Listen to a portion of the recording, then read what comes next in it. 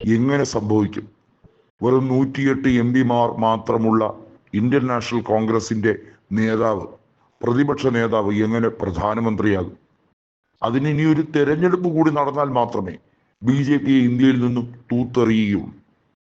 ശരി തന്നെയാണ്, ഒരു തെരഞ്ഞെടുപ്പ്, ലോക്സഭാ തെരഞ്ഞെടുപ്പ് നടന്നാൽ വർഗീയ പാർട്ടിയെ ജനങ്ങൾ ആട്ടിപ്പുറത്താക്കും.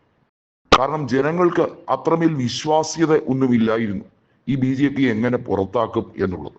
EVM നിരോധിക്കപ്പെടുകയാണെങ്കിൽ തീർച്ചയായും BJPക്ക് ഇവിടെ തിരിച്ചു വരാനുള്ള ഒരു സാധ്യതയും കാണുന്നില്ല എന്ന രാഹുൽ ഗാന്ധിയുടെ വാക്കുകൾ തന്നെ ഏറ്റവും ശ്രദ്ധേയമാണ്.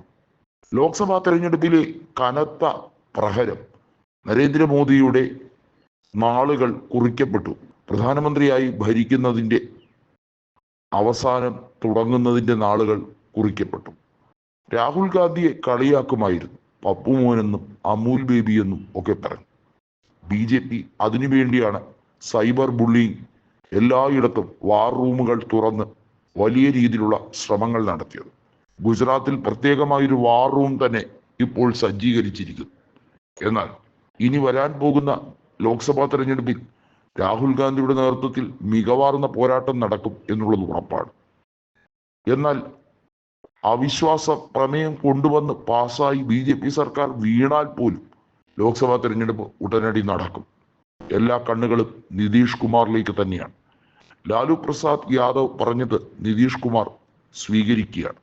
ഉപപ്രധാനമന്ത്രി സ്ഥാനം നേടാൻ രാഹുലിനോടൊപ്പം തോളോട് തോൾ പങ്കുചേരാൻ നിതീഷ് കുമാറിനായാൽ അതിലും മനോഹരമായൊരു നിമിഷമില്ല എന്ന് ഐക്യജനതാദളിന് കൃത്യമായി അറിയാം. നിതീഷിന് വേണ്ടി ആ കസേര ഒഴിച്ചിടാൻ തയ്യാറാകുന്ന ഒരു വേളയിലേക്ക് കടക്കുമ്പോൾ എന്തിനാണ് നരേന്ദ്രമോദിയെ താങ്ങിപ്പിടിച്ച് നടക്കുക എന്ന ചോദ്യം കൃത്യമായി ഐക്യജനതാദളിൽ തന്നെ ഉടലെടുത്ത് കഴിഞ്ഞിരിക്കുന്നു. രാഹുൽ ഗാന്ധി പ്രധാനമന്ത്രിയാകാൻ ഏറ്റവും യോഗ്യനായ കോൺഗ്രസ് നേതാവാണെന്ന് പല വേദികളിൽ വെച്ച് പറഞ്ഞിട്ടുള്ളത് വീണ്ടും വീണ്ടും ലാലു പ്രസാദ് തന്നെ എടുത്തു പറഞ്ഞു. നിങ്ങൾ നിങ്ങളുടെ നിഴലിനോടാണോ യുദ്ധം ചെയ്യുന്നത്? നിങ്ങളെ എങ്ങനെയാണ് നിങ്ങൾക്ക് തന്നെ വഞ്ചിക്കാൻ കഴിയുന്നത്?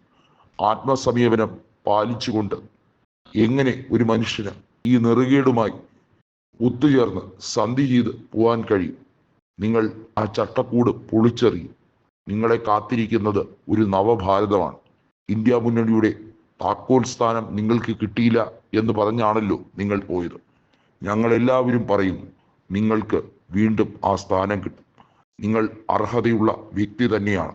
ലാലുവിൻ്റെ വാക്കുകൾ ഏറെ പ്രശംസനീയമാണ്.